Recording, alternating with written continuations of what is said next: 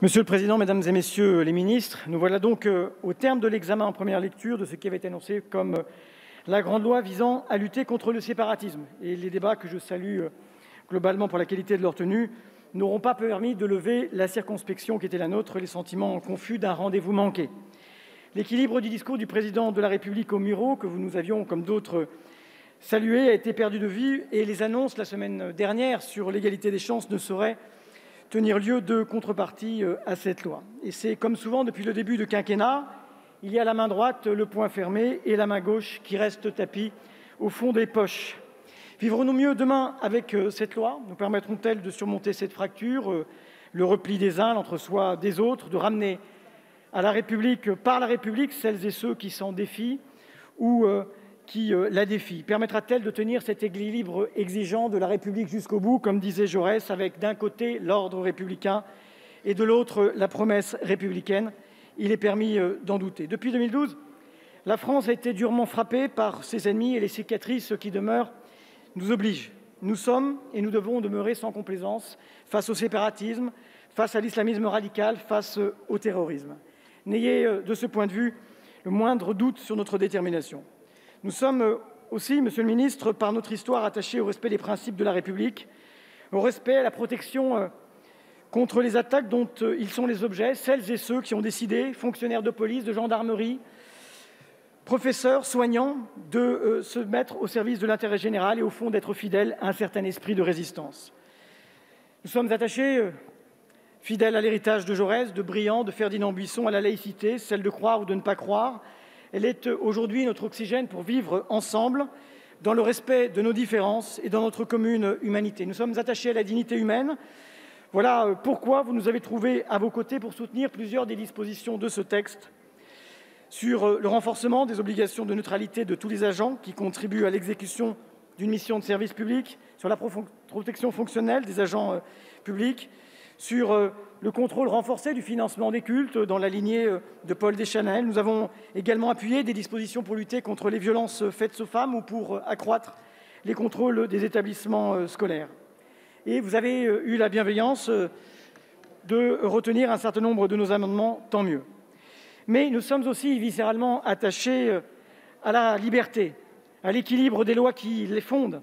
La liberté, pas seulement comme un mot, mais comme un principe de vie en commun. Et de ce point de vue-là, nous ne pouvons pas considérer la loi dont nous avons débattu comme une grande loi libérale au sens où on l'entend de la loi de 1901 ou de la loi de 1905. Et beaucoup des dispositions ont inquiété les représentants associatifs, les cultes, la défenseuse des droits ou la CNCDH. C'est parce que nous connaissons l'histoire et que nous avons l'obsession qu'après nous, aucune réaction ne se serve de l'ordre républicain que nous aurons bâti pour se retourner contre elle-même. Il n'y a pas d'un côté les mous et de l'autre les durs. Il y a d'un côté les républicains et de l'autre ses ennemis qui ne s'achètent jamais longtemps une vertu et aucun badinage télévisé ne devrait nous le faire oublier. Nous ne sommes pas convaincus, vous le savez, que nous ayons trouvé le juste équilibre s'agissant de la liberté d'association et du contrat d'engagement. Et l'ambiguïté d'un certain nombre de vos réponses, s'agissant de la compétence liée ou non dans le retrait d'une subvention, auront fini d'accroître nos doutes. Nous ne sommes pas non plus convaincus par la rédaction de l'article sur la responsabilité des associations du fait d'autrui. Là aussi demeure dans la rédaction une ambiguïté. Une seule certitude, la liberté d'association ne sort pas renforcée de cette loi. Nous avons la même inquiétude s'agissant de la pénalisation de la diffusion des informations personnelles. Et si nous comprenons parfaitement l'intention, nous regrettons que vous n'ayez pas satisfait à notre amendement qui reprenait pourtant l'avis du Conseil d'État pour dégager explicitement la liberté d'informer du champ de cette disposition. De même, ne pas avoir distingué les atteintes aux biens, les atteintes aux personnes, ne pas avoir hiérarchisé les risques, ni proportionné les peines encourues pose de sérieuses difficultés. Nous redoutons enfin l'imbroglio que ne manquera pas de créer votre réforme de la loi de 1905 et de 1907, la création d'un système de double déclaration et le fait, les associations, la troisième catégorie d'associations que vous avez créée. Je ne suis certain que d'une chose, c'est que nous nous réservons bien des contentieux afin de déterminer ce qui relèvera du cultuel et du culturel. Mais nous déplorons par-dessus tout que vous ayez réduit la République à des règles, à des injonctions, à des motifs d'ordre public, que vous n'ayez pas fait le choix de faire vivre la République et ses principes au quotidien, en actes. Ce débat a offert l'occasion à la droite de parler du voile, de la théorie du genre et de bien d'autres choses encore, mais nous n'avons pas pu parler de la lutte contre la discrimination qui frappe tant de nos concitoyens, du racisme qui blesse, de l'intégration que chacun veut pour lui-même ou pour ses enfants, de la politique du logement, alors que tant de maires ne respectent pas depuis 20 ans la loi SRU. Nous n'avons pu parler de mixité sociale à l'école, de tant de ces sujets qui pourtant font la lutte contre le séparatisme. Notre combat depuis un siècle, c'est de ne jamais dissocier le combat laïque et le combat social.